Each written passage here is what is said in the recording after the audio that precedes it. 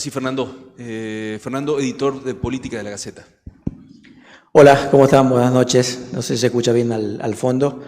Yo había pensado en comenzar la charla haciendo un jueguito. Digo, todos conocemos los memes esos en lo que se simula una situación de expectativa versus a un hecho de realidad, una situación de realidad. Lo conocemos todos, en los celulares lo vemos todos.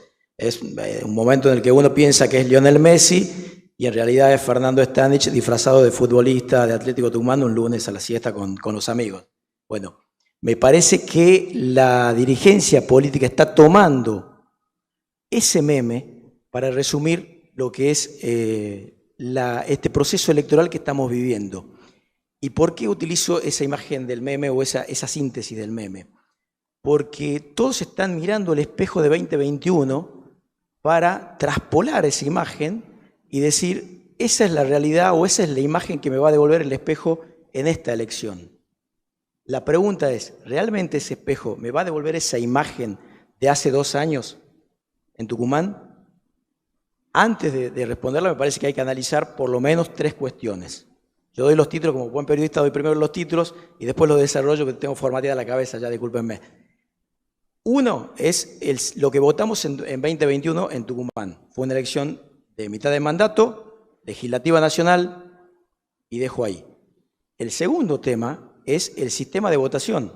¿Con qué sistema de votación votamos en 2021 y con qué sistema de votación vamos a elegir a todos los cargos provinciales ahora el 14 de mayo?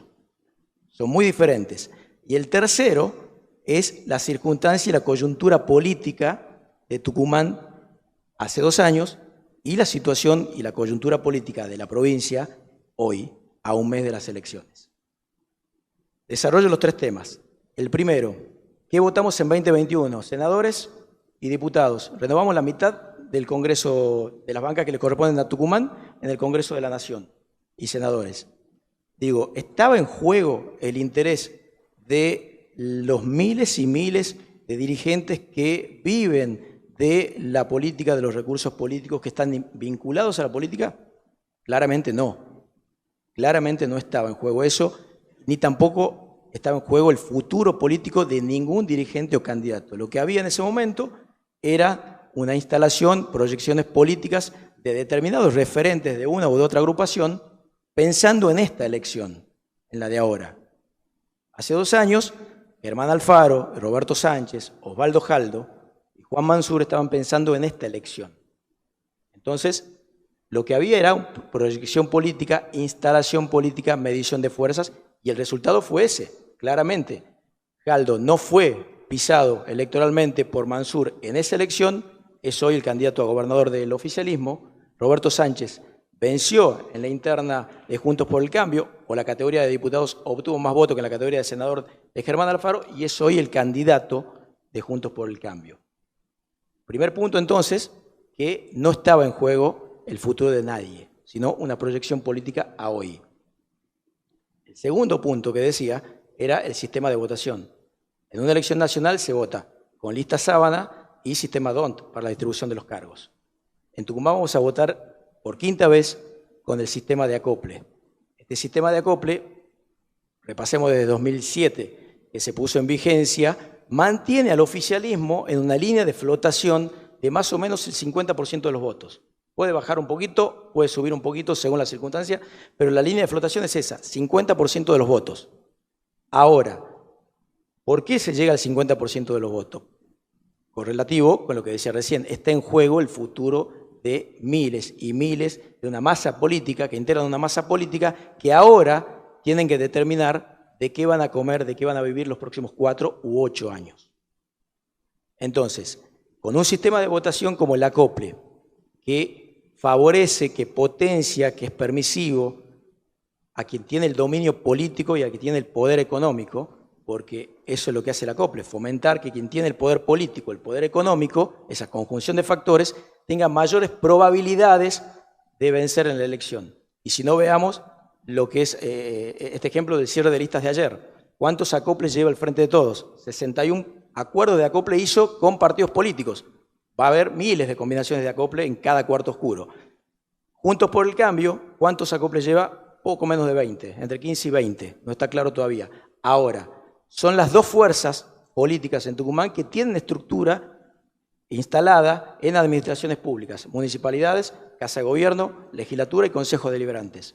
O sea, tienen el poder económico y político para cimentar un andamiaje electoral basado en las estructuras territoriales, en los acoples, en el financiamiento de la política de esa manera. Obviamente en proporciones diferentes, por eso el Frente de Todos, que maneja el poder político y económico de la provincia en mayor medida, tiene un 61 acoples, y Juntos por el Cambio tiene mucho menos, 4 veces menos aproximadamente. Digo, no hay que perder de vista que el sistema electoral tucumano, así como Jorge decía, en una elección, lo que en esta elección puede jugar el factor emocional, en esta elección en Tucumán el factor emocional puede estar muy condicionado por la supervivencia política. No pensemos en el candidato a concejal o en el legislador, en el intendente, pensemos en todas las familias, las ramificaciones de familias que se abren a partir de ese posible concejal, legislador, intendente o comisionado rural que pone en juego su futuro. Son miles y miles. Entonces, ¿qué puede primar a la hora de ir a votar? La ilusión, el anhelo de un cambio, el enojo, la tristeza, o directamente el hoy, el bolsillo, la posibilidad de seguir como uno está, menos mal o mejor, no sé, pero como uno está. Digo, entonces, eso hay que tenerlo muy presente a la hora de tratar de analizar o de pensar en un espejo con 2021. Y el tercer elemento que me parece que también influye mucho a la hora de pensar en esta votación tiene que ver con la coyuntura política. Volvamos a 2021. ¿Qué es lo que pasaba en 2021 en Tucumán? Veníamos de una batalla feroz, una interna brutal entre Mansur y Jaldo, en las elecciones nacionales de un mes después, que se termina cerrando una tregua forzada, porque a Mansur lo llevan como jefe de gabinete, y Jaldo queda al frente de la Casa de Gobierno. Ahora, esa situación es la misma de hoy. En ese momento había dirigentes del oficialismo desorientados, que no entendían absolutamente nada de cuál iba a ser el futuro a partir de Jaldo al frente de la gobernación y de Mansur en la nación, era todo incertidumbre, y hoy la situación de ellos dos es absolutamente diferente. Hay una relación de conveniencia mutua, de necesidad, que dura hasta el 14 de mayo. Claramente, el 14 de mayo a la noche, esa relación puede cambiar. ¿Cómo va a cambiar? No lo sabemos. Pero ambos necesitan en esta elección un triunfo contundente. Llegar a esa línea de flotación del 50% de los votos. Mansur la necesita porque después de haber sido echado por Alberto Fernández en un acto acá en Tucumán, porque lo echaron, no es que estuvo acordada la salida, sino que Alberto Fernández le dijo a Juan Mansur acá en Tucumán, listo, gracias, te volvés. O sea, después de haber sido devuelto desde Buenos Aires, Mansur necesita reinstalarse en ese escenario nacional en un absolutamente enredado, incierto, como lo planteaba Jorge. Entonces necesita mostrarse ese domingo 14 de mayo a la noche como el primer gobernador peronista en una provincia electoralmente importante, es el 5º distrito del país, que tiene un triunfo contundente. Y Jaldo necesita lo mismo, un triunfo contundente para erigirse, comenzar a transitar ese paso a ser el jefe del peronismo en Tucumán.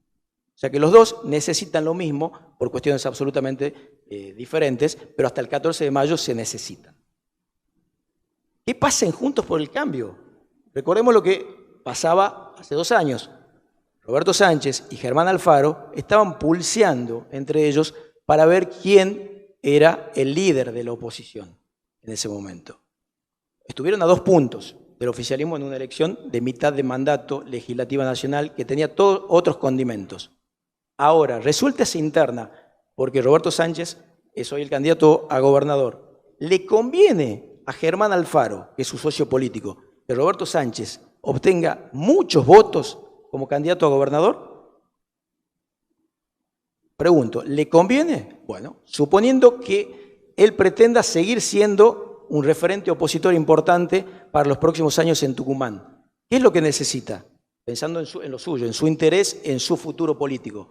Necesita retener la intendencia de San Miguel de Tucumán, primero, y segundo, que Roberto Sánchez no sea gobernador, ni tampoco saque muchos votos en una elección provincial. Porque en el acto, el líder de la oposición natural será Roberto Sánchez, perdiendo por poco o eventualmente ganando la gobernación. Entonces, hay intereses también, en este caso, contrapuestos.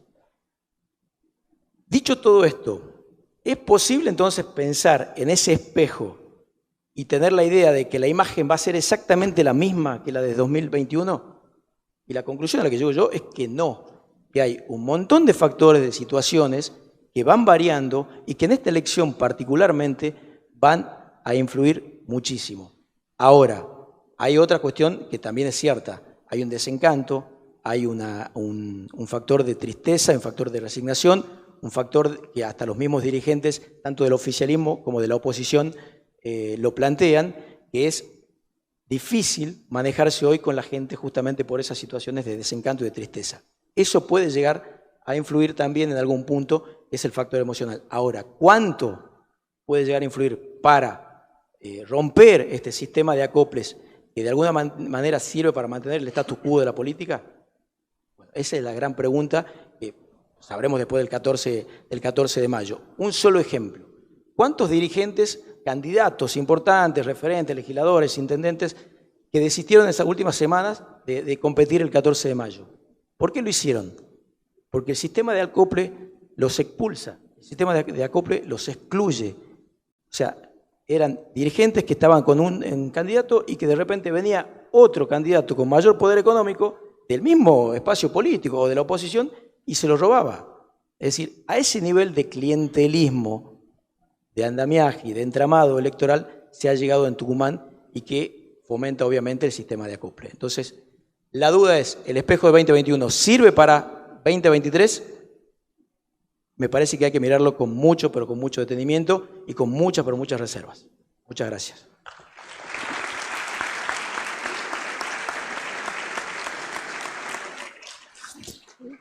Gracias, Fernando. La verdad que inquietante el panorama que estás planteando. Y recién hacías referencia a los pases de bando, ¿no? y las traiciones, por decirlo de alguna manera. ¿Cuán importante crees su influencia en lo que queda de la campaña? Es decir, ¿cuántos pases podemos ver de aquí al 14 de mayo? Hola, hola. A ver, pases formales o blanqueados me parece que no vamos a ver, porque nos vamos a enterar, pero difícilmente sean blanqueados en público, porque digo, ya queda un mes, ya están las listas armadas y todos. Sí creo que puede darse un escenario de mucha traición en ambos espacios políticos, por esto que algo contaba, digo, los intereses de cada uno de los actores de las dos principales fuerzas electorales. Me parece que sobre todo en San Miguel de Tucumán se puede dar mucho eso, teniendo en cuenta de que hay una disputa muy marcada entre la candidata Beatriz Ávila y Rosana Chala por el oficialismo. Hay que ver cómo se comportan los dirigentes del oficialismo de la capital. Me parece que es clave el rol que tengan ellos.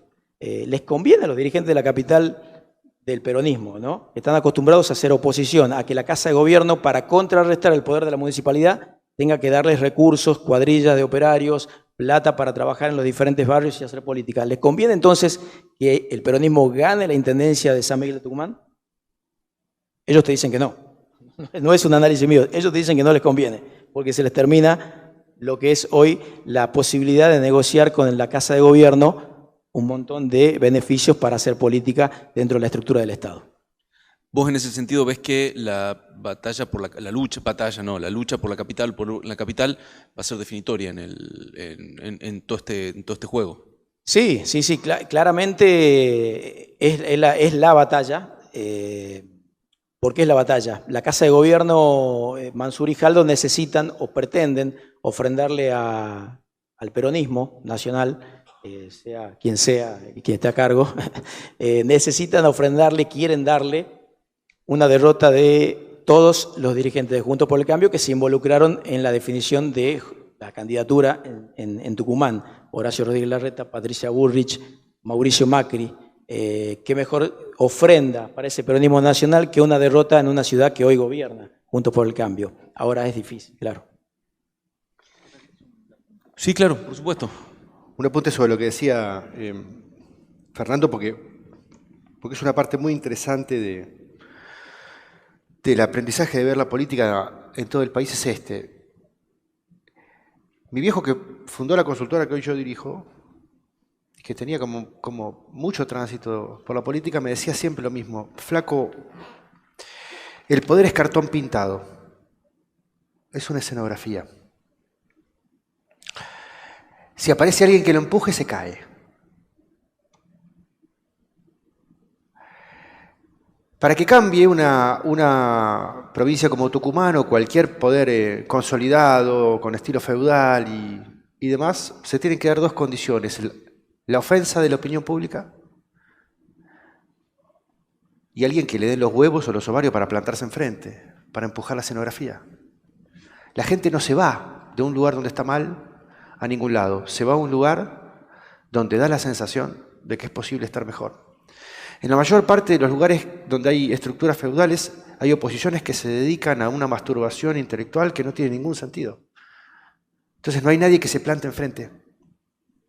Hay que ver en qué medida ahora eso sucede, pero siempre nos da la sensación, y es racional, y yo la comparto, pero siempre nos da la sensación de que es difícil de vencer a las estructuras.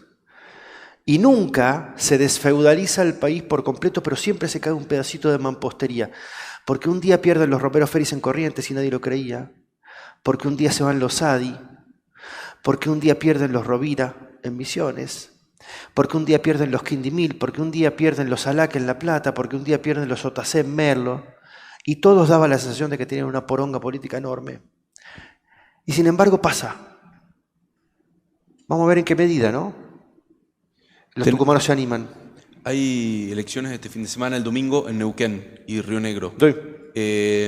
¿Crees que esa mampostería puede estar resquebrajada o en riesgo en alguna de esas provincias? La mampostería en Río Negro no, pero en Neuquén la mampostería, si la sopla, se cae. Yo estudio Neuquén hace mucho tiempo porque participé de muchas campañas ahí y sé que el 30% de opinión pública que todavía tiene una relación con el MPN, es decir, que se identifica con el MPN, de ese 30% la mitad está absolutamente quebrada y no quiere hacerle caso al gobernador. Pasa siempre lo mismo, lo que bien describía Fernando, el MPN sobre el final de una campaña le dice a la gente: muchachos, no se vayan con los traidores, eso trae un pedazo del público, y a la otra parte le mete miedo: muchachos, van a perder el empleo, y eso trae otra parte. Ahora, Figueroa está plantado. Las posibilidades de que gane Figueroa son realmente altas. El MPN está en su peor momento. Pero bueno, ahí vienen los llamados del miedo, ¿no? Y hay que ver en qué medida los neuquinos quieren ser libres, no libres para mejor, digamos, libres de sus conceptualizaciones anteriores, ¿no?